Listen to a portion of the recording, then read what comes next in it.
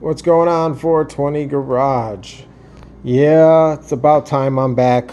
Haven't had much time to do much of anything. I mean, given COVID-19, I should have had more time to do everything. Um, Unfortunately, shit happens. I've had a major block. I mean, it's going on like 2 years. It's fucking horrible.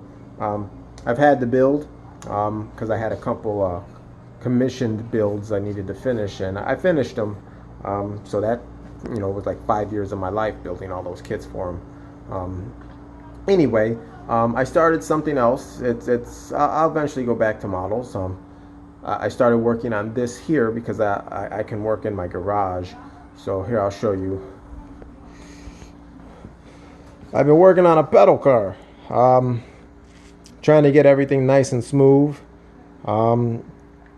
I don't know if it's going to be that low when I'm done, because I want it to be functional.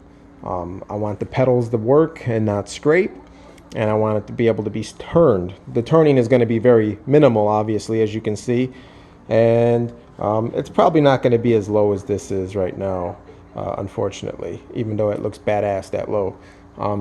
All the suspension, or if you want to call it the drivetrain, is right there. It's had to be cut out, so I cut it out, and I had to pop out the rivets that were in there. So there's some body work that's going to need to be done here, because it's a little wavy. I'm going to make the seat on the back functional, which is why it's been modified so far, because otherwise it sits much lower. But because the car is going to be sitting lower, everything else has to be higher. And that's where I'm at with this right now. Both sides pretty much look the same. This has been like a 3-year project, little by here when I'm in the garage, drinking beers and doing whatever else. But this is it. I'll show you guys progress on this as I go.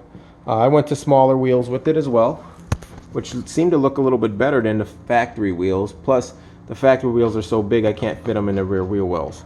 That's the other reason why it's going to be sitting up a lot higher. I don't know, since last year, this is the other new acquisition, is my electric glide.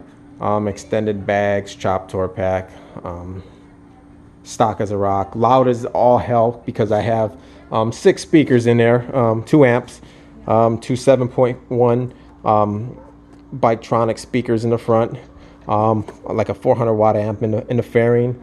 I have 2 6x5 woofers by Scar Audio in the front, and then I have 2 6x9s on each side that are kickers, and then there's a 500 watt mono amp in the trunk, or in the tour pack. But that's what I'm rolling on now. The Sportster is long gone, so this is the bike that I roll on now. Gotta keep it, biker. But like anything else, I'm trying to come back. It's just a matter of time. I'm busy. You know how shit goes. And I mean, this is where I'm at. To the people who didn't unsubscribe to my group, I'm glad you stuck around. My page, or my whatever it is. Unfortunately, I no longer have a background to play that was really cool because YouTube fucked that all up.